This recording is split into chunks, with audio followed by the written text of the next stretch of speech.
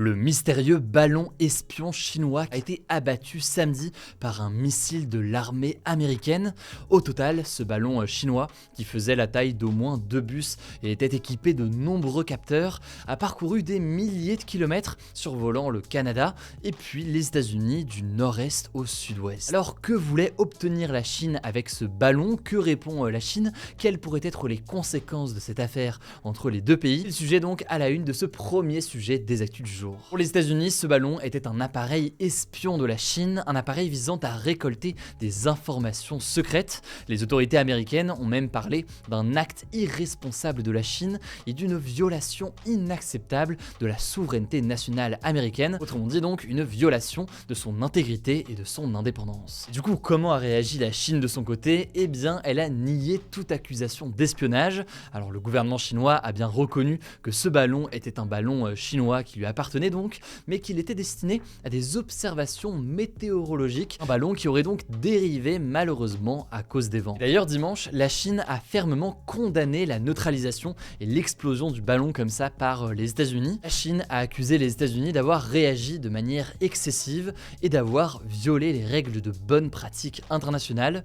Les autorités chinoises ont même dit qu'elles se réservaient le droit de répondre. On ne sait pas pour l'instant exactement ce que ça veut dire. Alors que peut-on retenir de tout ça? Eh bien déjà que ça compromet fortement les chances d'apaisement entre la Chine et les États-Unis, alors que leurs relations sont déjà tendues depuis plusieurs semaines sur plein de dossiers. Alors parmi tous ces sujets de tension, on peut citer la question de Taïwan qui craint une invasion chinoise, mais aussi la relation entre la Chine et la Russie, ou encore la question de TikTok, et oui, réseau social chinois, menacé aujourd'hui d'interdiction aux États-Unis. Preuve d'ailleurs de cette tension, le secrétaire d'État américain Antony Blinken, qui est l'équivalent du ministre des Affaires étrangères en France, a décidé de repousser une visite prévue en Chine le week-end prochain.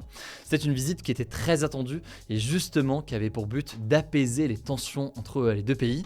Elle a été donc décalée à plus tard, on verra quand. Alors au-delà de l'aspect diplomatique qu'on vient de voir ici, la question qui se pose plus concrètement, c'est quel genre de renseignements est-ce qu'on peut récolter avec un ballon espion pareil?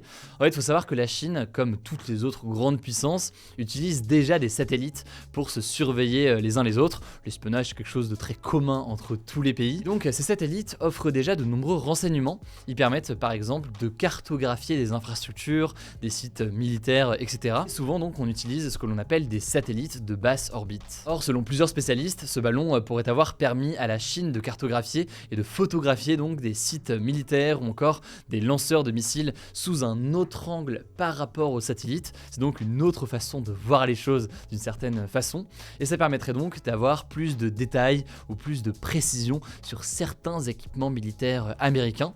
Le ballon chinois a en effet notamment survolé 2 États américains où il y a des sites de lancement de missiles, c'est le cas du Montana et de l'Idaho. Alors est-ce que la Chine cette fois-ci a pu récupérer beaucoup de données? Eh bien on pourrait le savoir éventuellement avec les débris de ce ballon, puisqu'en effet en neutralisant comme ça le ballon avec des avions de chasse, eh bien des débris sont tombés et ces débris vont donc être cherchés et récupérés afin de pouvoir les analyser. Les recherches se font en ce moment avec des moyens colossaux, plusieurs navires mais aussi de nombreux plongeurs. Bon, et pour terminer, la question qui se pose aussi plus largement, c'est celle de l'ampleur de l'utilisation de ces ballons de surveillance par la Chine.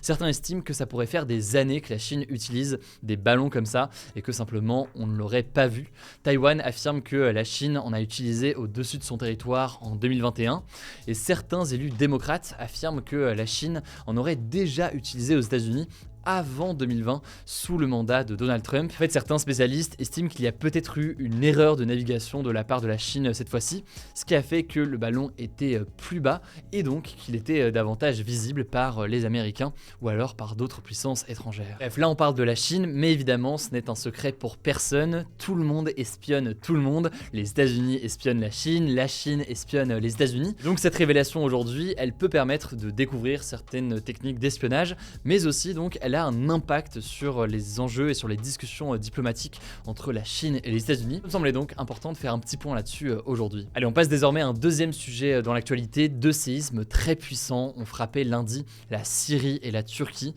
Je vais vous résumer ce que l'on sait pour l'instant, mais évidemment, on va en reparler tout au long de la semaine avec les dernières informations qui vont arriver au fur et à mesure. Alors, le premier séisme a eu lieu dans le sud-est de la Turquie, à 60 km environ à vol d'oiseau de la frontière syrienne, à 2 2h17 du matin, heure française. Il est classé 7,8 sur l'échelle de Richter, qui mesure donc les puissances des séismes. Et en fait, il était tellement puissant que les secousses ont été ressenties jusqu'au Liban et jusqu'à Chypre. Malheureusement, ça ne s'arrête pas là, puisque quelques heures plus tard, vers 11h30 ce lundi matin, un nouveau séisme s'est produit une nouvelle fois dans le sud-est de la Turquie. Cette fois-ci, selon l'Institut américain de géophysique, il serait de magnitude 7,5 sur l'échelle de Richter. Alors à l'heure où je tourne ces actualités du jour, on compte plus de 2300 morts, 1500 personnes sont décédées en Turquie et 810 personnes en Syrie, selon des bilans provisoires qui malheureusement donc devraient augmenter dans les prochaines heures. Et concernant les blessés, il y en a plus de 7600 côté turc et plus de 2300 déjà côté syrien. Alors selon le président turc Erdogan, plus de 2800 bâtiments se sont effondrés, ce qui laisse redouter, vous l'aurez compris, un bilan beaucoup plus lourd. Il s'agit déjà d'ailleurs selon lui de la pire catastrophe depuis 1939 dans le pays. A noter que plusieurs pays du monde, comme la France, ont proposé leur aide aux deux pays. 139 secouristes de la sécurité civile française doivent notamment s'envoler pour la Turquie ce lundi soir. On en reparlera du coup plus en détail demain dès qu'on aura de nouvelles informations. Je vous laisse en attendant avec Blanche pour le reste des actualités en bref. Merci Hugo et salut tout le monde. On commence avec une première actu en France. La réforme des retraites qui prévoit notamment de reporter l'âge de départ à la retraite de 62 à 64 ans est examinée à partir de ce lundi à l'Assemblée nationale. Les débats entre les députés vont durer 10 jours et les députés devront ensuite voter pour ou contre le texte, ce qui s'annonce assez compliqué sachant que plus de 20 000 amendements ont été déposés, donc des propositions de modification du texte. En tout cas, il n'y aura pas de délai en plus puisque le gouvernement a mis en place une procédure pour que le texte soit examiné en temps limité, donc 10 jours d'examen à l'Assemblée nationale, puis 10 jours au Sénat pour un texte voté officiellement autour de mi-mars. Au passage, le gouvernement a fait une première concession sur son texte. La première ministre Elisabeth Borne a en effet annoncé ce dimanche que les personnes qui ont commencé à travailler entre 20 et 21 ans pourront partir à la retraite à 63 ans et non 64 ans. C'était une demande du parti de droite Les Républicains dont le soutien est indispensable pour faire passer le texte. Bref, après le 17 février minuit, le texte devra être examiné au Sénat, on suivra ça. En tout cas, une nouvelle grève générale est prévue ce mardi, on suivra ça notamment sur TikTok, n'hésitez pas à vous abonner à notre compte. Avant de passer à la suite, désolé d'avance, le script a été modifié en cours de journée, donc il y a un décalage dans l'ordre des en bref, j'espère que vous maintiendrez par rigueur. Troisième actu, et là encore, désolé, c'est une mauvaise nouvelle, au Chili, en Amérique du Sud, d'immenses incendies ont fait au moins 24 morts,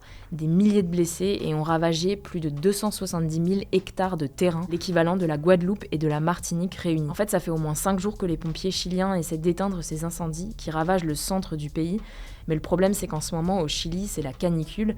Et donc, la sécheresse, les températures supérieures à 40 degrés et les vents assez forts font que les feux se propagent très rapidement et sont très durs à maîtriser. Ce lundi, Emmanuel Macron a assuré que le peuple chilien pouvait compter sur le soutien de la France pour lutter contre ce fléau.